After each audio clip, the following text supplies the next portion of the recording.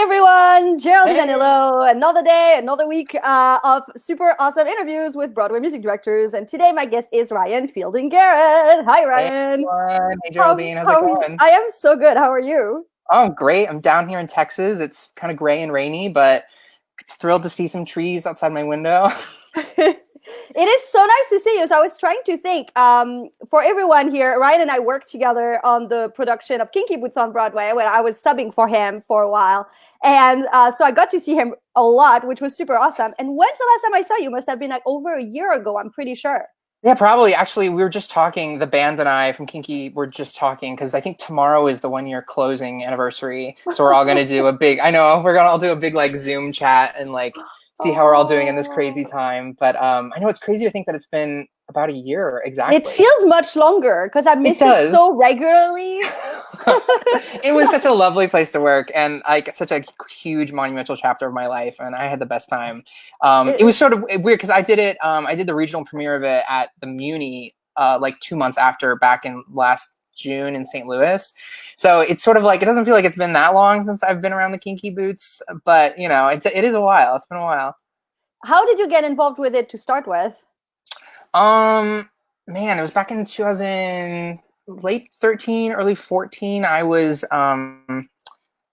music directing this off-Broadway show called Jasper and Deadland that Ryan Scott Oliver had written. Which I And actually did get to see at the Fifth Avenue oh Theater in yeah, Seattle. I saw that I production. was so sad to miss that one. I heard it was great, and I It love was the Fifth really Avenue. fun. Yeah, so that was like one of my first like New York jobs with Ryan Scott Oliver doing that show. And Stephen Remus, the music supervisor, had come to see the show, and I think we had like corresponded a little before that. And so they were looking for staffing for the tour. So I actually started subbing for Will Van Dyke, who was the associate MD of Kinky on Broadway at the time. Started subbing for him on the Broadway chair, and then I went out and was the associate on the tour as a music director, and came back and in full became on Broadway for the last year and a half of its run. Your internet is kind of breaking in and out. Let's try Oh again. no! Here you Oh are. There we no! go. You are back. It is going. So you joined in as associate music director, and then For the tour, and then I took over as the music director for the tour, and then did that for like I don't know, a year and a half or so, and then I, in a full circle moment, became the associate music director on the Broadway production for the last year and a half of the run. how did that transition happen for you? The which transition? There's a couple. The transition from the tour to Broadway. I mean, it was pretty seamless, honestly. There's more players on Broadway, so there was less playing for the keyboards. So in a ways, it was somewhat easier. And it was also nice that, you know, on tour, you don't have the option of not doing the show that night if you're like severely ill.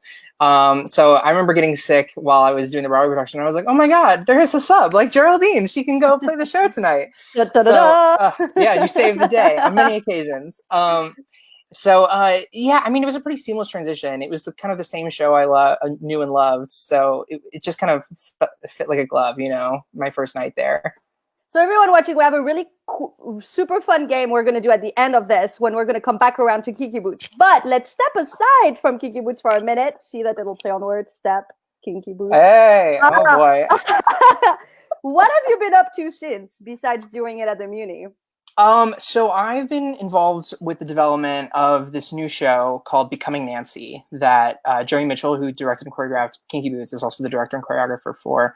I've been developing that actually almost about 3 years now with my good friends George Stiles and Anthony Drew, who you may know, who wrote all the additional materials for Mary Poppins on Broadway, and they wrote Honk and a myriad of other things. So I've been music supervising and arranging that for 3 years now, and we did a out of town tryout at the Alliance Theater in Atlanta last like August through October down in Atlanta. We got to sweat it out down there, and had a great time. Learned so much, and actually, just before all this, you know, coronavirus craziness happened, we had just finished in the nick of time a 2-week developmental workshop for our post, out of town tryout to keep working and retooling the show. So that's been taking up a lot of my time. And then just been subbing around. I've been subconducting Mean Girls. I've been subbing in the pit at Wicked, playing rehearsal piano over at Hamilton, and getting to make music with awesome people in New York and all over. Tell us more about Becoming Nancy. What is it about? What's the process like? So it's based off of a novel written by the British author named Terry Ronald. It's I forget when the novel was written. It was the early 2000s, but it's basically about a 16-year-old boy named David Starr who lives in a really poor suburb of London called East Dulwich, and he is cast in his high school production of Oliver as the character Nancy because none of the girls can sing. And it's sort of his coming of age story and him dealing with all the things 16-year-olds deal with, and also in the addition to that, dealing with bullying and just the nastiness that can come with being cast as a girl as a 16-year-old boy. And it's really, really great. It takes place in 1979. The score evokes all of that style of music. And like the things that it's like you can hear like remnants of like the Police in there or ELO. And it's really exciting and such a fun show. And we've been having the best time developing it and giving it life. So we'll see what happens with it. But it's been an amazing journey so far. What's the music like? So as I said, it is sort of reminiscent of like late 70s, early 80s. Like there's little hints of ABBA in there. It's definitely a pop rock show. With kind of an orchestral element, actually. It's sort of a hybrid of so many different styles. But there's a song that definitely sort of evokes the Police's, like Roxanne. We actually have one of the characters in the show is a really well-known artist. I don't want to give away too much from that time period. Actually, there's 3 of them. So we kind of try to evoke those styles when they're on stage, especially. That's so fun. And yeah. you're orchestrating it. So I arranged it. But that's been great. I mean, I did all the dance arrangements and the vocal arrangements and like all the incidental music. And I mean, it's crazy, when you're doing previews out of town and you're putting in a huge new section of the show, and it needs to be orchestrated, arranged, and routine by the next night. You're up after the show late at night writing all the stuff. And let's really talk about that, because I think a lot of people don't realize how quick a turnaround it is for orchestrators. Oh yeah, it's insane. So I would go home and I would talk with Jerry and the rest of the team about what we need in a certain moment, and then go sit down at a piano with Finale and just start writing it all out, arranging like what needs to happen here, how long it needs to be, and then turn around to the orchestrator, and then he would do it and then send it off to Emily Grisham, our copyist, and then we would get it all done and hopefully on stands for a continuity hour right before the evening performance, so the orchestra knew what was going on. And yeah, getting all those pieces, together on time every single night, especially during those couple weeks of previews, is pretty intense, but a lot of fun, especially when it all goes well. I know. I can't wait to see the show, and I can't wait to hear your work out like that. Oh, thank you. What is it like with subbing? How do you enjoy subbing? What have you learned through your years of doing it? I mean, it's an insane experience. I remember my first Broadway show that I ever subbed on was Piano 2 for Mary Poppins on Broadway back in 2012, I guess. Yeah, which is by far the hardest book I've ever played in my entire life. And have you ever played the Mary Poppins books? No, I wasn't in New York then. Oh my gosh, it was truly insane. I've actually, during this quarantine time, been looking back through the old PDFs of that and being like, oh my god, how did I ever play this? And there's nothing like it. My first Broadway experience was that show, but the little twist on that show was I was meeting with Dale Reeling, who was the associate music director of that production, and I was subbing for him. And he met with me between shows and just kind of talked through the book. I had the book for about a month or two, and I felt pretty good, but we were just like talking through a couple of like scary holes to not fall into. And that night, the conductor fell ill, and Dale couldn't find any of his other subs. And he was like, "Would you be able to do the show tonight in like 45 minutes and an hour?" And I was like, "When were you supposed to start?" I don't think I had a date quite yet, or it was going to be like in the next month or so. So I didn't really have tonight. Woo! Yeah, no, yeah. I mean, and luckily I'd had the book and had it in my fingers, and I don't think you can overstate the importance of adrenaline, and like it all went really, really well because I had no time to be nervous or in my head about it. So in a way, it was kind of the best first time subbing experience on Broadway anyone could ask for because I just had no opportunity to be nervous at all. So that was really, really fun. Um, yeah, and then I've gone on to sub a couple of shows, and it's sort of counts in this, like when I sub conducted, I got the chair because I'd already done it on the road a ton. But my sub experience conducting Mean Girls recently was so amazing, and just what a wonderful company and a really, really fun show and a style of music that we don't get to do very often. Of like true like musical theater, there's a couple numbers in there that are like tap breaks, and it's a lot of fun that we don't get to do often. So that's been really, really great. It's always a challenge because you don't get a rehearsal really with anyone. You just come in and you've got to nail it and really listen and just breathe. And I mean, exactly what it's like. You've subbed a ton of shows, and it's all about breathing and just kind of living in the moment, no matter how terrified or nervous you might be. And yeah, I think my favorite thing about subbing is that I get to be for a minute or like a show in the brain of the person I'm subbing for, like the original chair. And that's something I feel like I've learned so much just from seeing the choices they've made. Yeah. Particularly on shows like Kinky Boots and School of Rock with a lot of like organ and things that are not really marked on the score, and seeing what choices did those original people make that I get to redo, but I get to see the score and see their work and interpreting their work. I feel like I've learned a lot from seeing their choices. Yeah, it is fascinating when you really discover what's written on the page and what's not when someone else is playing someone else's chair, and you're like, oh, wow. So I guess they're just like coming up with all that stuff and just like, just like ad-libbing a little bit. And it is really exciting. And, most of my notes, I remember when I was music directing the Kinky tour, to subs that would come in, or just even new players every week when we would pick up our whole new orchestra.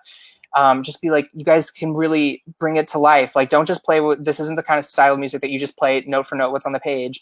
You have to give it your flair, your personality. And it was interesting going from city to city and kind of getting that flavor of those people in each city. And that was a really fun, special experience. Yeah, I mean, I know for me, something I really learned from watching you and the School of Rock book with the organs, where all the slides, it's like coming from classical, you look at slides, you're like, ta-da. But like I remember sitting in with you and you were standing and you had your sleeves up and down. Yeah. Like, well, I started wearing like I started wearing like a really long like polo like hoodie thing that was really soft, and so I could just put it on my whole forearm and just I would start building a callus. The effect is so much better. I mean, the thing is that after 3 years of doing what you were doing, from you, and same at School of Rock, it's like, then I did Bat Out of Hell. And let me tell you, I was not doing this. I was it's like, that's you'll destroy your poor fingers like that. But also the effect of it. It's like, it's louder, it's fuller. You can really control the speed of it. Is it on 1 beat, 2 beats, 3 beats? I mean, let's geek out for a minute about this. And the fact that you're not apologizing for any of it. You are saying, no, here it is. And we're not going to like try to just blend in. Like, this is a B3 organ right now that we're just going to rip through everything. And particularly during silences, if it says grandpa, well, maybe not grandpas, but if it's like one bar of rest, you're like, ooh, solo time. Play all the keys at once. Yeah. But probably not the grandpas, right? Yeah, maybe not the grandpas. What do you mean, no romantic scene? Oh, well, organ solo. No. We have a question that came in here from Steve, I think, relating back to what we were saying about your work on Becoming Nancy. The question is, hey, Ryan, when you are arranging, how much do you get from the composer? How far do you take it in terms of detail before the orchestrator adds their contribution? Yeah, that's a great question. Well, it definitely depends on the collaborator who I'm working with. I've done developed a lot of shows, and it's just different with every composer. For Becoming Nancy, it was kind of half and half. There was a chunk of the score that was really, really like solid, and that like written before I'd even seen it. This was many, many years ago. But once we got in the room and all stuff needed to happen on the fly, it was kind of just me talking with Jerry, just trying to see what he wanted, and then equivocate that into some musical terms. And I would just I would kind of just take a little bit of free reign. Of course, I would talk with the composer and be like, does this all feel good? And most of the time the answer is yes. There's only a couple times when they're like, I think the bigger idea needs to be looked at. So I think for that experience, it was like a half and half of like, this is what it is. And then the other half is just sort of like, go buck wild and have a great time and do what the show needs in that moment. So, and I definitely like to get pretty detailed, especially once we've like created the big gesture, the big shape, and then go in and fill it in. I try not to, I've learned over the past couple of years not to get too detailed too quickly, because most of it's just going to get thrown out pretty quickly. And that just leads to a ton of frustration. So I'd rather just make sure that gesture is correct and that everyone feels good on the same page. And then I can get in there and fine tune and create little things, or, put in some of the themes from earlier underneath, just to kind of mix it all together and make it a really cohesive experience for everyone involved. So hopefully that answers your question, Steve. It's awesome. Now, everyone, I promised a little game, and we're going to go back to Kinky Boots. And here's what's going to happen. We're going to bring someone else to help us with this game. Hey, Sarah. Sarah! Hi! So, Sarah is here because she has a bucket. Show us your bucket. And in the buckets, there are little... Is it Christmas themed? Let's just look at that for a second, though. That is Christmas themed, right? All right. Yeah. Right. Since we're all inside, it can be whatever day you want, whatever time of the year you want. And like, as far as I'm concerned, I'm not in New York City. No, I am in LA in my head. Outside, there's the beach. Just so we're clear. I like it. You still can't go to that beach, but I'm glad it's there for you to look at. But so Sarah, I'm kidding, everyone. I'm in New York. This is my dream life. Sarah has a bucket. It's a holiday bucket. Why? Yes. And inside there are little pieces of paper. There are questions related to Kinky Boots, since both Ryan and I did it and enjoyed it so much. And so we're going to each have a minute to answer whichever question she has. So first question is for Ryan. Ryan, you say stop when you're ready for Sarah to pick out a piece of paper. Here we go. Stop. Wow. Oh, there were two. We got two. So. Okay, tell us about the first time that you conducted Kinky Boots. First time, like on the tour or on Broadway? Okay, we'll go Broadway. Let's do Broadway. Because Broadway was such a unique experience, because I think most people, when they subconduct a Broadway show, they've never done the show before. And I had conducted Kinky Boots, I don't know, maybe 800, 1,000 times at that point, literally that many times. And so it was just such an in the moment experience that I just got to really enjoy it and not be freaked out about anything coming up. So it was such a lovely, smiley experience. I wasn't looking at my music once, and I was just enjoying everyone on stage in the audience. Geraldine. Yes, you have 24 seconds. You have to answer. My first time conducting, it was a matinee. I believe it was a Saturday matinee, and I was so nervous. I was so afraid I would forget to come in for some reason, which is like when you practice it and you run the show every day, there's no way. But it was also like one of the best days of my life. It was like the day my dreams came true, and everyone was so supportive. Daryl Roth, the producer, came down and said, "Hey, thank you." And I said something. Oh, that's awesome. That's such a great story. She was so sweet. She actually came down all the way to the pit. Daryl Roth, just for everyone in the world to know, is the most wonderful producer and took such good care of us all those years. And oh my gosh, we owe her so much. So thank you, Daryl. Next one's for Geraldine. All right, Geraldine. Stop. All right. Oh. What is the hardest thing in the conductor book? I think... I'm curious what you're going to say. I think for me, there was the duet between the guys, and it starts with just piano solo, repeating the same quarter note chord for 3 pages, but there's no click. And so it sounds really easy, but through these interviews, it's clear that anything easy is really hard for me. And you repeat it, but the thing is, there's no click, but the click comes in on the quarter notes, and you better have been on the click that whole time while you did some rubatos in here or there, but you better land on that. And that, I think, was the hardest thing for me. Your turn, Ryan. I'm gonna agree and say the same thing. Like Kinky Boots became second nature to me after all those years. But every time we'd start Not My Father's Son, I would just be like, oh man, really hope I don't mess this up. And luckily I never did. And I was really, really thrilled. Like I never messed up that piano solo at the beginning. And it is terrifying. It's just completely exposed and scary. And, but yeah, I learned some tricks on how to make sure I was with the click. I would do this little physical thing that was it just internalized, and I knew the tempo. So there we go. Woo! This is so stressful. I know, my God. This is more But it's stressful so than fun. conducting Kinky Boots. Okay, your turn, but it's going to be Jimmy Fallon version. Oh, I like it. Okay, go. Yeah, I love it. Tell us about a Broadway Cares moment that you had with Kinky Boots. Oh, I mean, there were so many. I mean, the first one to say that was so unique to our show was Wayne Brady being in our show, and we would do. He would do a "Whose Line Is It Anyway?" Creating an original rap with words that he got from the audience, and it was just so entertaining for us in the pit and on stage. I think because all of us had done the show so many times, to watch this guy just completely do a completely ad-libbed, improvised rep that we would all in the orchestra accompany him with. So I think that was the most special thing. Geraldine. Wayne Brady, who we had a rap written for him, but the day I conducted, he was like, "Hey everyone, we're just gonna go and do whatever we want." And and you were playing key too that day. Actually. I was playing key too that day. I remember that. And I was like, "Oh, he's just doing a bit for the audience, all is well." And then he goes, "Okay, drummer, give me a beat. Okay, bass player, give me." And I'm like, "I don't have perfect pitch. What key are we?" That was terrifying, and it lives on YouTube for the world to see. Oh, is it? Yeah, I'm sure it's everywhere. I mean, you just never knew it was gonna happen. But it's such a great memory. Sounds amazing. Who is it for? Is it me? It's your turn. Stop. 3. I'm doing really bad. It's picking multiple questions. I just want you to answer all of the questions. Tell us a story from the pit. First time I conducted, the pit was split, and I was on key 2. I was in one side of the pit. I never saw the other side. So when I conducted was the first time I could see both sides, and I had no idea that the entire string section stood up at a part of the show and would dance every show.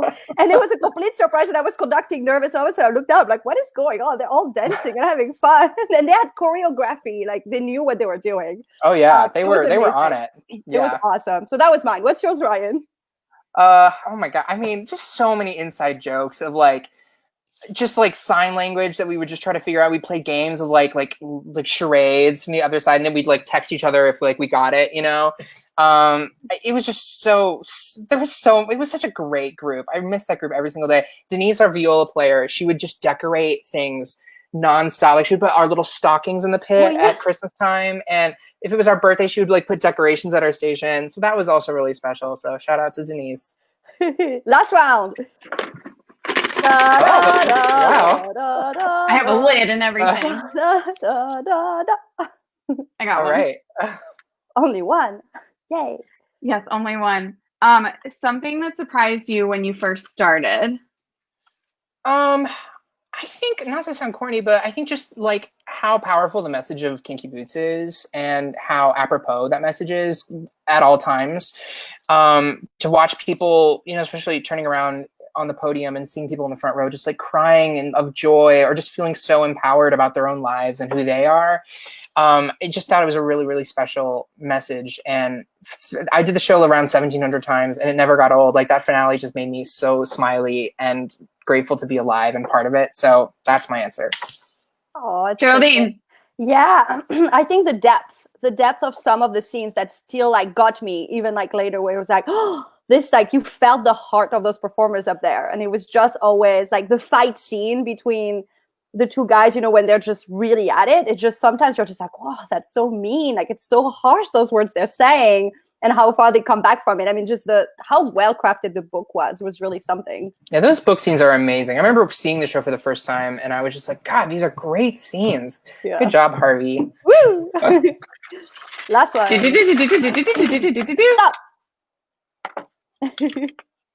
A personal highlight for you from doing the show? I mean, definitely the conducting debut, for sure. That was definitely one. Was that your first time conducting a Broadway show? It was. It was. So it was so. Actually, this was the shirt I wore that day. I'm wearing it today in honor of you in the show. Not while I conducted. I know. I was it's not black, but yeah. No. Well, actually, that was the fun thing, because you guys, I remember asking that before my conducting debut. I was what's the dress code? And Jason was Jason Lofredo, who was the music director at that point, was well, so far the dress code has always been wear a tie, but you're the first woman to do this. And so I was man, I considered it, but I wanted a red tie, and I never found the red tie that worked for me. I was really specific. But Ryan Cantwell at Battle of Hell ended up I told him this story, and he gave me a red bow. He was like, I happen to have a red bow with me. Take it. And so, it's like you're a Christmas present. If Kinky Boots ever happen again, I'm wearing my red bow. What about you, Ryan? What about you?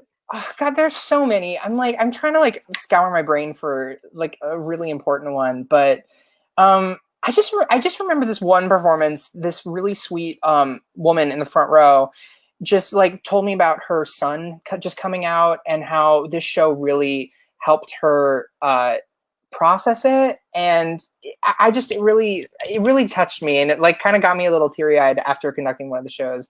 And I just remember I was like, oh, this is the reason why we do this, is for stories like that, and for someone to really give them just hope and confidence, and to accept each other, and in that case their children.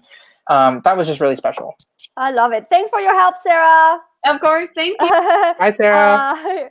I think for me too, it was Brendan Urie. Getting to work with him was really special. Oh my God. You know how we wear those, I have those ultimate ears that, are sound isolating. Yeah. They still didn't work with the audience that Brendan brought in, with all those girls just screaming and yelling. I've never I had hearing loss after those shows. Oh no, he was so good. I mean, seeing him in rehearsal and in the show was just yeah, he's the real deal. He's the real deal. That sure is the way. We have a couple last questions before we say goodbye. We have a question from Emily, who says, when you got the subbing book of Mary Poppins, was it a show that you actively pursued it, or did it kind of fall in your lap? Good question, Emily. So the long story is, I went to a school called Baldwin Wallace, which is Baldwin Wallace University. It's a school right outside of Cleveland, Ohio.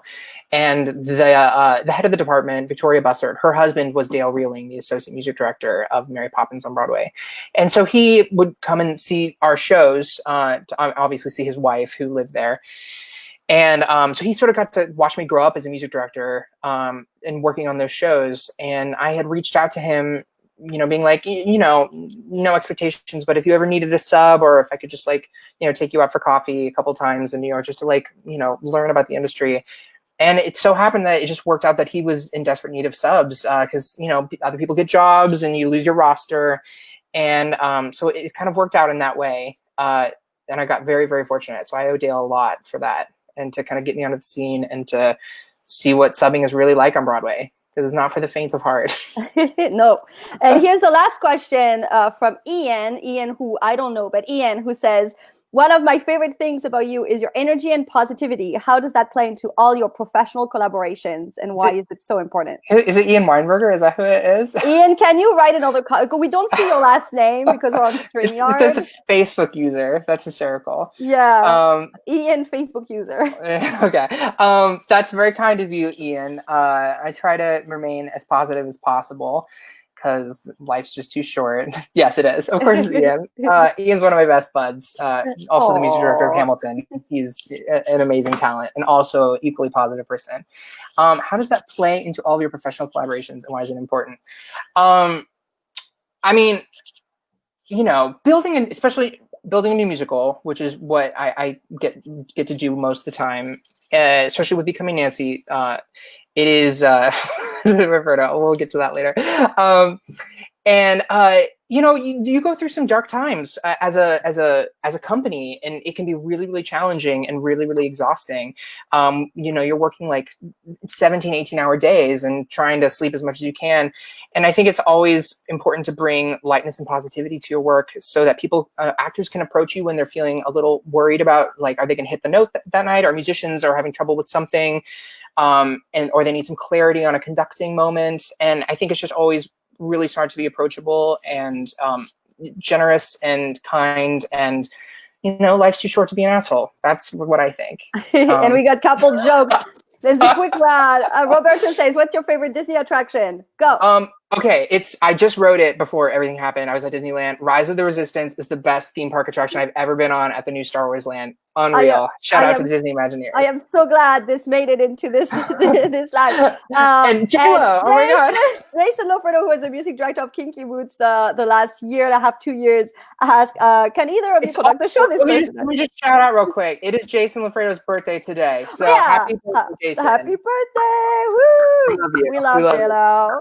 And are we going to conduct like Kinky Boots this Thursday night? Is it at the show? Just any show we'll do. Oh, just any show. Okay, sure. It's not show. Yeah, yes, like, J-Lo, we will. How many people are seeing the show? Hopefully it's under 10 because or else we're going to be in violation of the CDC. So indeed. All right. Well, Ryan, thank you so much for joining us. Oh my gosh, thanks for having me, Geraldine. Thanks for all the work that you do with this group and giving us. Oh my gosh, no, you deserve all the praise. So thank you. Everyone, remember we've got a pop rock arranging class that starts this Wednesday. Sign up now or don't join ever because that'll be it. That'll be it. It's this Wednesday. Thank you, Ryan. Thanks for having me. You always make me so happy. Here I am all giggly just because I talked to you for a half hour. That's the Ryan effect. Oh, stop. Oh, stop. Love you. Bye. Bye. Bye, guys.